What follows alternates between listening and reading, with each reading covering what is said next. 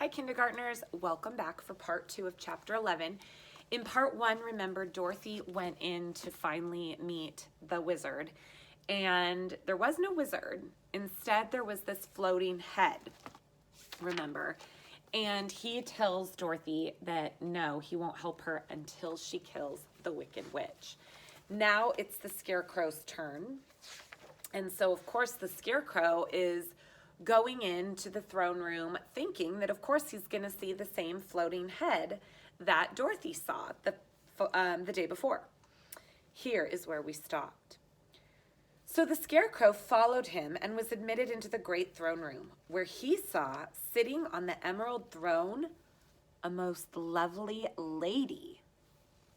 She was dressed in green silk gauze and wore upon her flowing green locks a crown of jewels. Growing from her shoulders were wings, gorgeous in color and so light that they fluttered in the slightest breath of air that reached them. When the Scarecrow had bowed, as prettily as his straw stuffing would let him, before this beautiful creature, she looked upon him sweetly and said, "I am Oz, the great and terrible. Who are you and why do you seek me?" Now the Scarecrow, who had expected to see the great head that Dorothy had told him, was much astonished, but he answered her bravely. "Well, I'm only a scarecrow stuffed with straw, therefore I have no brains, and I come to you praying that you will put brains in my head instead of straw, so that I may become as much of a man as any other in your dominions." "And why should I do this for you?" asked the lady. "Well, because you're wise and powerful and no one else can help me," answered the Scarecrow. "Well, I never grant favors without some return," said Oz. "But this much I will promise. If you kill for me the Wicked Witch of the West, I will bestow upon you a great many brains, and such good brains that you will be the wisest man in the land of Oz." So, different Oz formation, right? He doesn't look the same, but he requires the same thing of the Scarecrow. She says, "Sorry, you need to kill the Wicked Witch." "Well, I thought you asked Dorothy to kill the witch," said the Scarecrow in surprise. "Well, so I did. I don't care who kills her, but until she is dead, I will not grant your wish. Now go, and do not seek me again until you have earned the brains you desire." The Scarecrow went sorrowfully back to his friends and told them what Oz had said, and Dorothy was surprised to find that the great wizard was not a head as she had seen him, but a lovely lady. "All the same," said the Scarecrow, "she needs a heart, just like the Tin Woodman." On the next morning, the soldier with the green whiskers came to the Tin Woodman and said, "Oz has sent for you. Follow me." So the Tin Woodman followed him and came to the great throne room. He did not know whether he would find Oz, a lovely lady, or a head, but he hoped it would be the lovely lady. "For," he said to himself, "if it is a head, I am sure I shall not be given a heart, since a head has no heart of its own and therefore cannot feel for me. But if it's a lovely lady, I shall beg hard for a heart, for all ladies are themselves said to be kind-hearted."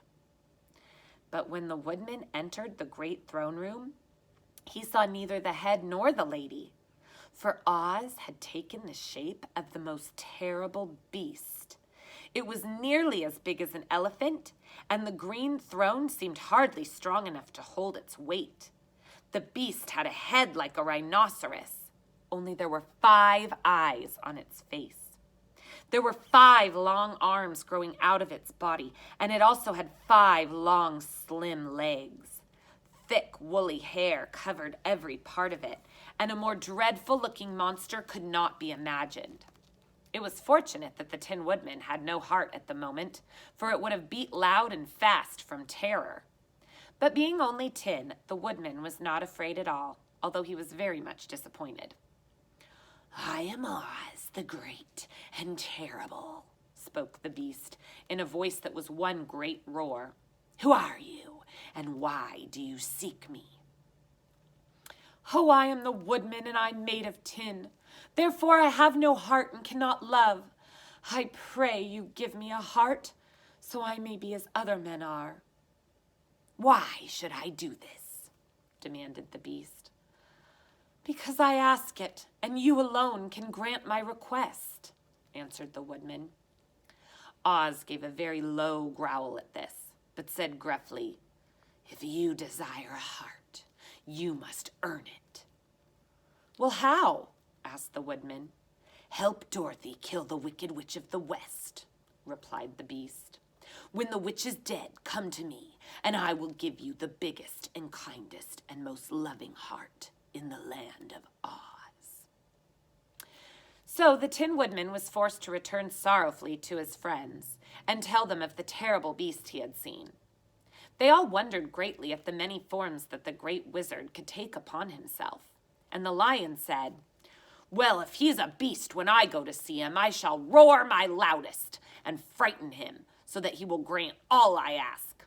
And if he's the lovely lady, I shall pretend to spring upon her and so compel her to do as I ask. And if he's the great head, well, he'll be at my mercy, for I'll roll his head around the room until he promises to give us what we desire. So be of good cheer, my friends, for all will be well." So here are the four main characters outside the throne room. And every year I have a student who says, "Can we see a picture of the beast? Can we see a picture of the beast?" But there isn't one. And I like to think it's because when he wrote this story and when the people who did the illustrations drew the pictures, I think they wanted you to imagine how scary that beast was in your head instead of put it on paper for you. So let's see who the beast is for the lion. The next morning, the soldier with green whiskers led the lion to the great throne room and bade him enter the presence of Oz.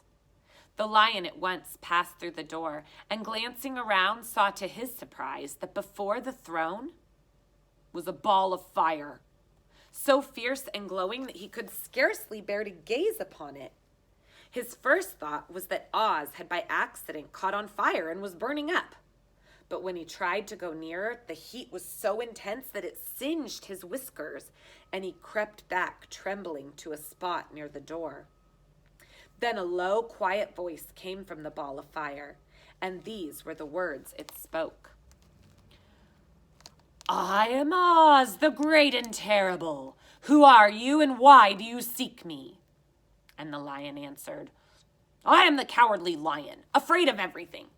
I come to you and beg that you give me some courage, so that in reality I may become the king of beasts, as men call me." "Why should I give you courage?" demanded Oz.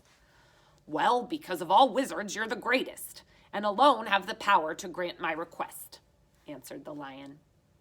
The ball of fire burned fiercely for a time, and the voice said, "Bring me proof that the Wicked Witch is dead, and at that moment I will give you courage. But so long as the witch lives, you must remain a coward."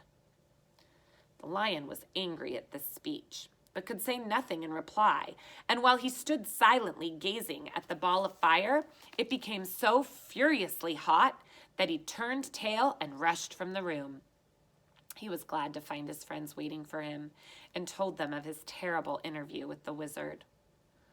"What shall we do now?" asked Dorothy sadly. "Well, there's only one thing we can do," returned the lion, "and that is to go to the land of the Winkies and seek out the Wicked Witch and destroy her." "Oh, but suppose we cannot," said the girl. "Well, then I shall never get my courage," declared the lion. "And I shall never get my brains," added the Scarecrow. "Oh, I shall never have a heart," spoke the Tin Woodman. "And I shall never see Aunt Em and Uncle Henry," said Dorothy, beginning to cry. "Be careful," said the little green girl. "The tears will fall on your green silk gown and spot it." So Dorothy dried her eyes and said, "All right, I suppose we must try, but I am sure I do not want to kill anybody, even to see Aunt Em again." Well, I will go with you, but I'm much too much of a coward to kill the witch, said the lion. Well, I will go too, declared the Scarecrow, but I shall not be of much help, for I'm such a fool. Oh, I haven't a heart to harm even a witch, remarked the Tin Woodman, but if you go, I will go with you. Therefore, it was decided to start upon their journey the next morning, and the woodman sharpened his axe on a green grindstone and had all his joints properly oiled. The Scarecrow stuffed himself with straw, and Dorothy put new paint on his eyes so he might see better. The Green Girl, who was very kind to them, filled Dorothy's basket with good things to eat and fastened a little bell around Toto's neck with a green ribbon. They went to bed quite early and slept soundly until daylight, when they were awakened by the crowing of a green cock that lived in the yard of the palace and the cackling of a hen that had laid a green egg. So off they go. They are now going to try and kill the Wicked Witch of the West. And let's see if there are any pictures in our chapter book of this chapter 11.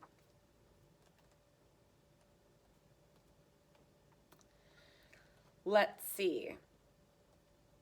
So here they are walking through the Emerald City with their spectacles on. And here is the green soldier who comes to get them every day. Here is Dorothy getting ready in her green room.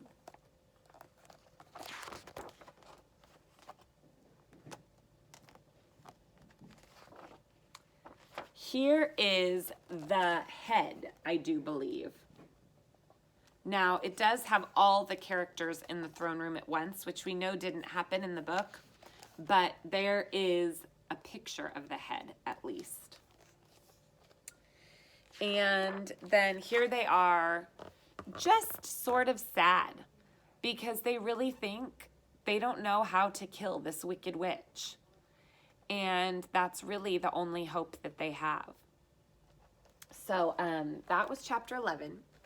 I cannot wait to read chapter 12 to you because it is the search for the Wicked Witch. And the Wicked Witch happens to be one of my favorite characters in this book and in the movie. So we will be reading that. I don't think there are any other pictures from the cards that I have of the Emerald City. The Emerald City in the book and the Emerald City in the movie you're going to find are very different. And so I think that's why there aren't a whole lot of pictures.